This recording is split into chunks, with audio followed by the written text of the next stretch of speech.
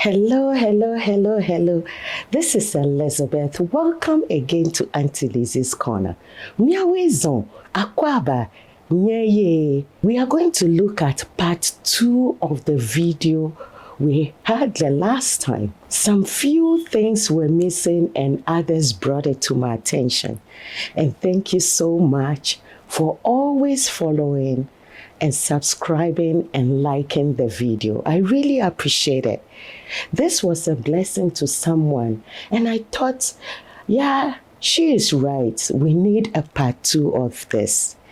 I want to congratulate you again for taking that bold step, moving from your comfort zone to a different environment, different culture, different people. A way of doing things are different, including the way of talking. What can we do? What can Auntie Lizzie help you with to reduce that anxiety that comes with relocation and to make you bold and be able to set your mind? Just reset your mind before you even come into it. Let's look at this together.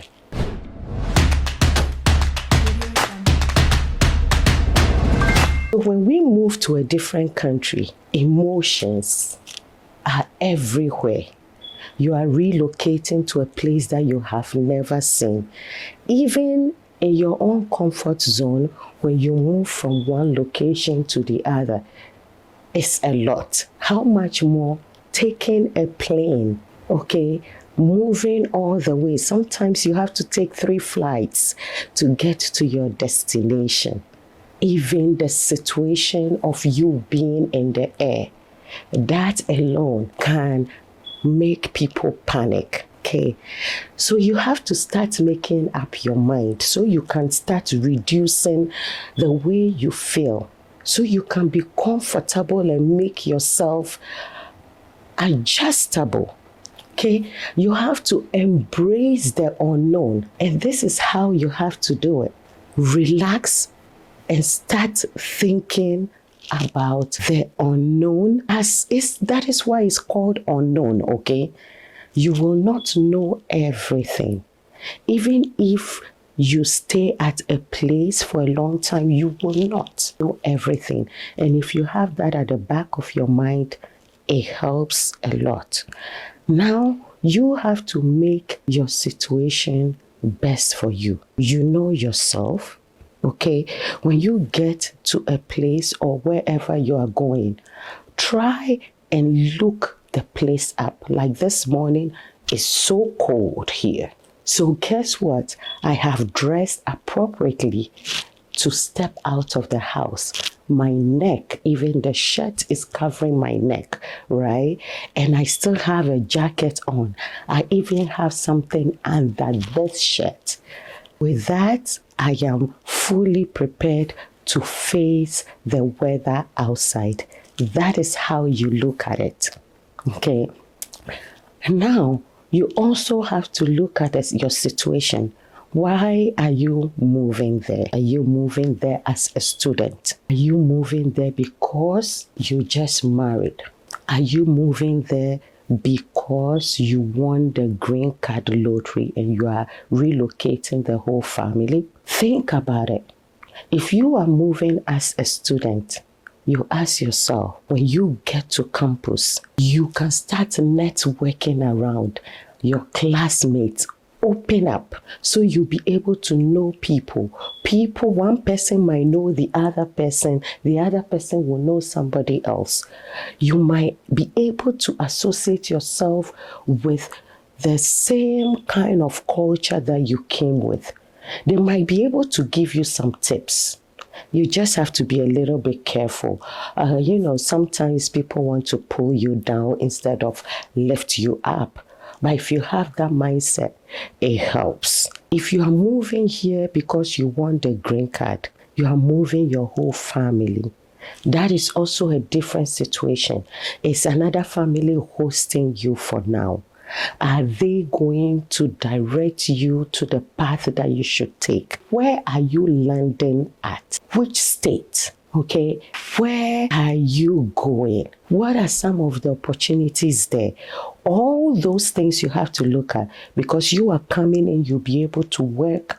What are some of the skills that you are bringing in? Have you learned anything from back home that will help you at this point? Do you know how to cut your own hair if you're a male? Do you know how to braid your own hair, including the hair of your kids? Those are some of the questions that you have to ask and some of the preparations that you have to do before you come. Believe me, if I knew some of these things, I would have made money whilst waiting for my green card. So look into the opportunities that you have. You have to also learn quickly. And I will tell you this story. We had a woman that came from Ghana, and she is in her 50s. She started working. She was working on our unit in the hospital as a nursing assistant. That was her first job. So a few weeks into the job, one of the nurses just called and said, "Hey, did you empty that urine in that room?" And she got so upset. She said, "I am not an animal. You cannot call me hey." The nurse was so shocked and surprised because hey is not an insult. It doesn't mean you're an animal to the nurse. And to this Ghanaian, she felt like, hey, that is how I call my animal, my goat, hey, hey, hey, you know. So she thought it was an insult. She became so upset, and this situation had to go to the office. That was when they reached out to me and said, we have a Ghanaian on this unit. We've never had issue with calling her hey. That was when I came in, and I went to the office to go talk to both of them. That was when I had to explain to the lady that it just says hi, it's not an insult like, back home you are calling your animal. And thank God this woman understood, even that she was still not convinced enough. But guess what happened? A few weeks after that, she also called one of the nurses by name and said, Sophia. Sophia did not hear her name. So this Ghanaian woman smacked her finger and said, Sophia, I'm calling you. Sophia was like, oh my goodness, you are just so rude. You smack your finger at me. She was like, that is not being rude. The nurse said, I'm not an animal, because to the nurse, that is how she calls her dogs, her pets. See the culture difference. You have to be open-minded. Do not get offended about every little thing that comes up. Relax and open your mind so you'll be able to learn. When you start being confrontational, it doesn't say anything good about you, okay? Because they don't know how you are feeling. They don't know what that meant to you. You can tell them in a nice way. Oh, when you say, hey, what do you mean? Where I come from, it means something else. And then they will all laugh about it and say, really? And they can also learn from your culture, okay? If they say, where is your pants? You might go for your underwear, but then it means trousers here. How open-minded are you to learn all these little things? Embrace the unknown. See how best you can adjust yourself to it. Okay? If you came here because of marriage, you have to also find out the husband or wife that you are coming to, are they here with their kids? Okay? Have the kids been born here? How long have they been here?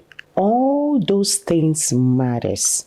And the reason why I'm saying that is because when you remarry and the kids were born here, they might not be calling you mom or mama because they feel like you are not their biological mom, okay? You have to earn it. They have to feel that they have a mom or dad in their life. They might not call you daddy. If you are lucky, they'll add Mr. to your name, because even their teachers get upset when they say Mr. Danso or Mr. Smith, okay? They get upset. They just want you to call them John. You came from a country where you cannot call your teacher by the first name. They do here. How will you feel if your stepchild calls you by your first name? That is not our culture, right? They feel like you have to earn that mother or fatherly love. If you give it back to them, they will start calling you daddy. But they won't call you dad if you are not acting as one, okay?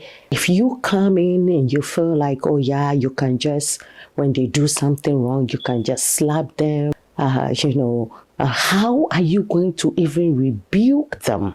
They are not used to that. They are in a system where they are told, if you are being spanked, you should call 911 or the cops, right? Or the police for an abuse.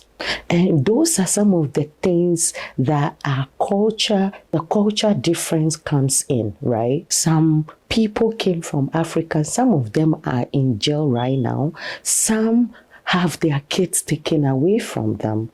All because of the culture difference. Embrace the unknown, okay? You have to study. Have you been talking to them before you even came into the country? Show them the love. Let them teach you their culture so you can understand them better.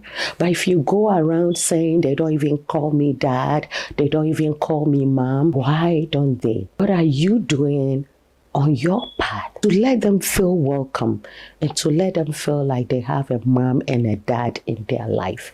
So learning very quick, having an open-minded space in your head helps a lot. Language difference. We spoke about trousers, pants. We lay bed, they make bed. Even when you have been in a particular industry for a long time and you come in and you are going to be in the same industry, things are different. And I'll use the healthcare system. For example, back home, nurses follow the doctor's instructions. Sometimes they will not even question it, right? Here in US, we question it. When I go to the hospital and the doctor writes something, I question it. Okay, recently we had a situation where the last names were the same, but different first name. So guess what? I had to call the doctor. I'm like, that doesn't make sense. Why do you want me to give this medication to this patient? And apparently it was for the other patient. So we question everything. So you have to know that as well. And it is not a disrespect to the doctor.